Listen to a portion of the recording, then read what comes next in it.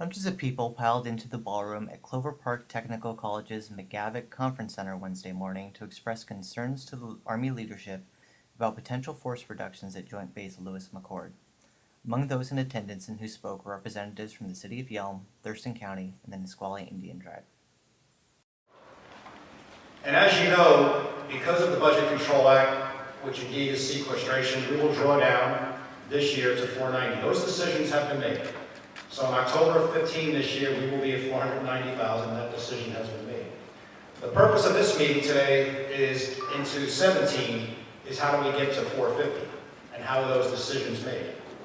And whether at Fort Campbell, Fort Hood, Fort Bragg, Fort Riley, Fort Bliss, all over the nation, these discussions are occurring as leaders from all over the communities make their intent known, make their wishes known, their concerns known about the impact on their installations, on their community, and the factors that it entails for other businesses.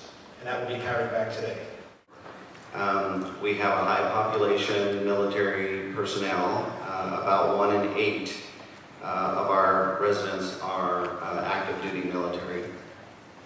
And we have worked really hard in the city of Yelm to create a quality of life that has been replicated not only in Yelm but in Thurston County and around the state. And that quality of life is what attracts a lot of folks who are active duty military to request Joint Base Lewis-McChord.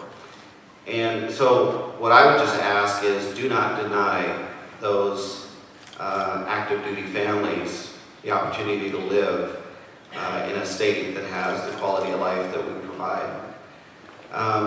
I'm here with Councilmember Foster from our City Council.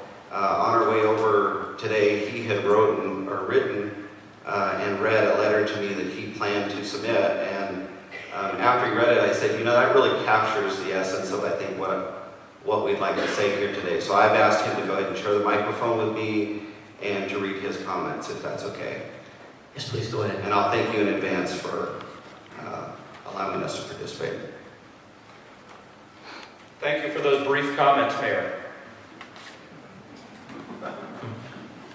So continuing on, we're going to echo, again, I'm J.W. Foster, City Councilman, City of Yelm. I grew up in a small town, East Greenwich, Rhode Island, was affected by Quonset Point Naval Air Station growing up, and when it closed, our town had the impacts that our communities here are likely to suffer as well from that closure. We got over it.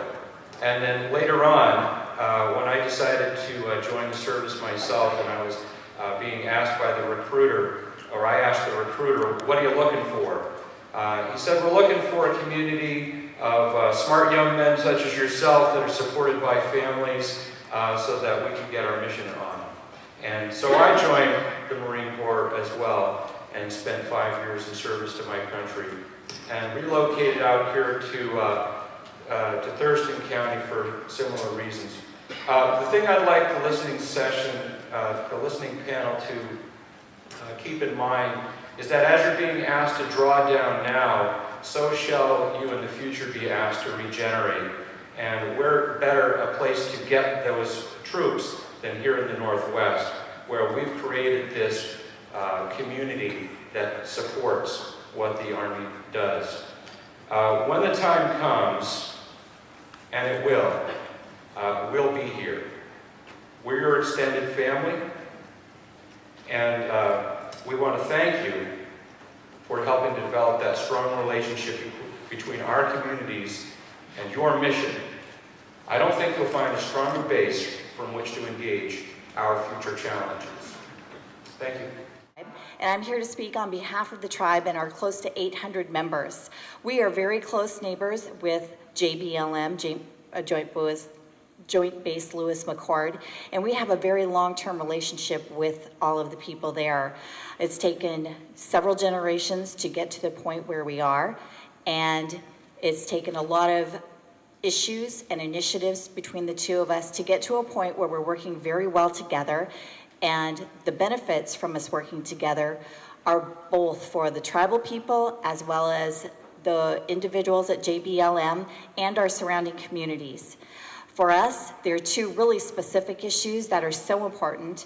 The first one is cultural and natural resources. That includes fish, our wildlife, and everything that's important to us, from the prairies to the river to the Puget Sound. We work really well with JBLM and the staff there to keep all of those natural resources as pristine as we possibly can. Through the generations, we've had to become players in economic development, and we've had to create our own economy, and we've had to become very active. And that is another point in our relationship that we want to continue on with JBLM. We're at the point where we're able to participate in business activities that we haven't done before.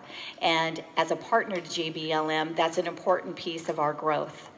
I would like to say on behalf of the Nisqually Indian Tribe to Congress and to any individuals at all who have any decision-making ability in this matter, that we do not want any reduction of budget or finances to JBLM.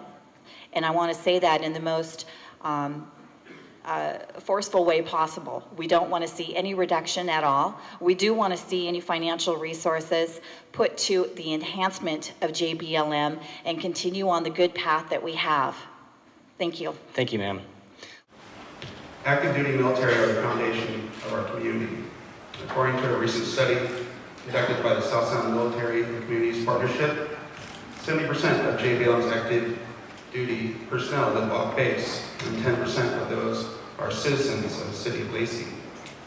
Military and civilian personnel residing in Lacey represent nearly $217 million annual payroll, stimulating an additional $50 million in secondary economic activity in our community alone.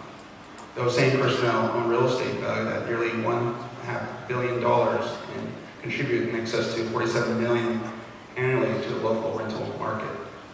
The proposed drawdown of 11,000 personnel would affect approximately 7,700 off-base households in the greater South Sound and nearly 800 of those households in the city of Lacey, meaning 5% of our homeowners may find it difficult to make their mortgage payments or would likely have to sell their homes. The grim reality is that this would have a disastrous impact on the housing market in Lacey, as well as other surrounding military communities with similar populations. I urge you to take this under consideration as you make your final determination on troop reductions.